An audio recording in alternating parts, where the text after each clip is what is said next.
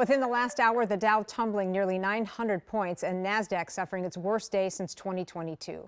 Experts say U.S. and global stock markets continue to react to the recent uncertainty. CNN's Brian Abel has the latest from the White House.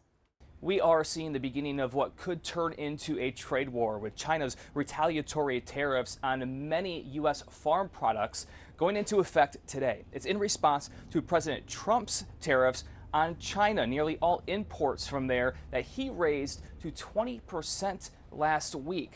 China is the largest overseas market for U.S. farm products.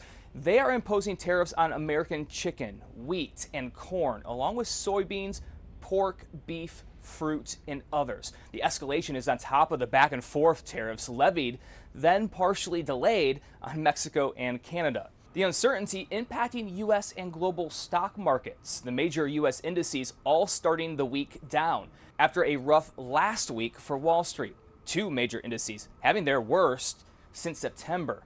Adding to the uncertainty is the president's answer to this question Sunday, acknowledging the possibility of a recession. Are you expecting a recession this year? I hate to predict things like that. There is a period of transition because what we're doing is very big. We're bringing wealth back to America. This morning, the White House's top economic advisor, Kevin Hassett, argued that the uncertainty is actually working in the U.S.'s favor. What I'm seeing in the jobs number, for example, is that the uncertainty is actually creating jobs in the U.S. Right now, we just saw 10,000 manufacturing jobs created in the U.S.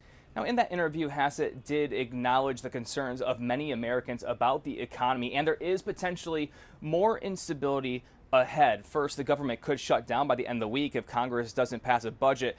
And then there's Japan, with looming tariffs, sending a delegation this week here to Washington, D.C. for trade talks. At the White House, I'm Brian Abel reporting.